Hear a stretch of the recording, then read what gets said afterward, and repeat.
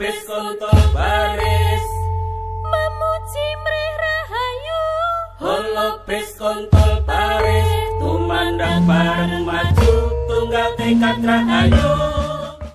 Ya, kita bicara tentang ketahanan pangan, tentunya itu sangat terkait dengan pupuk ya. Kalau kita berbicara pertanian, nah pupuk yang saya maksud di sini selain pupuk kimia, itu ada pupuk yang bisa diproduksi sendiri oleh petani untuk menunjang kemandirian pertanian itu sendiri, yaitu pupuk organik.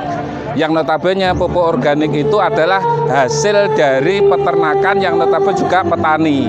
Ya ini harapannya kita petroorganik yang dikelola oleh petrokimia itu seharusnya itu bisa dikelola oleh petani itu sendiri karena lebih berdekatan petani ya peternak. Maka harapannya adalah kita ini nanti ke depan melalui pemerintahan dan juga Petrokimia Gresik itu sendiri mengelola pupuk organik ini diserahkan langsung oleh kelompok-kelompok tani sehingga produksi pertanian meningkat dan biaya untuk produksi kelompok pupuk organik itu sendiri lebih murah.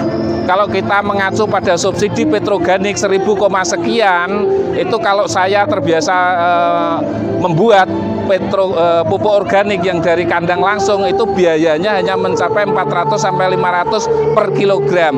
Nah, subsidi kita ini mencapai 1.000, sekian. Itu artinya berarti seandainya subsidi itu mengalir di petani akan lebih banyak yang bisa diproduksi untuk petani, meningkatkan C organik dalam kandungan tanah kita. Nah, untuk itu harapan kita berharap pada pemerintah dan juga kepada Ademos yang mengadakan acara ini tentunya bisa memfasilitasi petani untuk kemandirian pupuk. Contoh kecil saja petroorganik kenapa tidak digemari? Kalau memang secara teknis bla bla bla bisa diterangkan ini C organiknya sekian.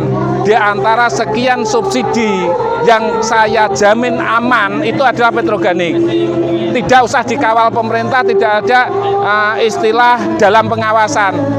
Jawa nih digeletak ono galeng berapa hari pun nggak ada orang ambil. Itu artinya apa? Subsidi petroorganik tidak tepat sasaran. Itu saja untuk saya.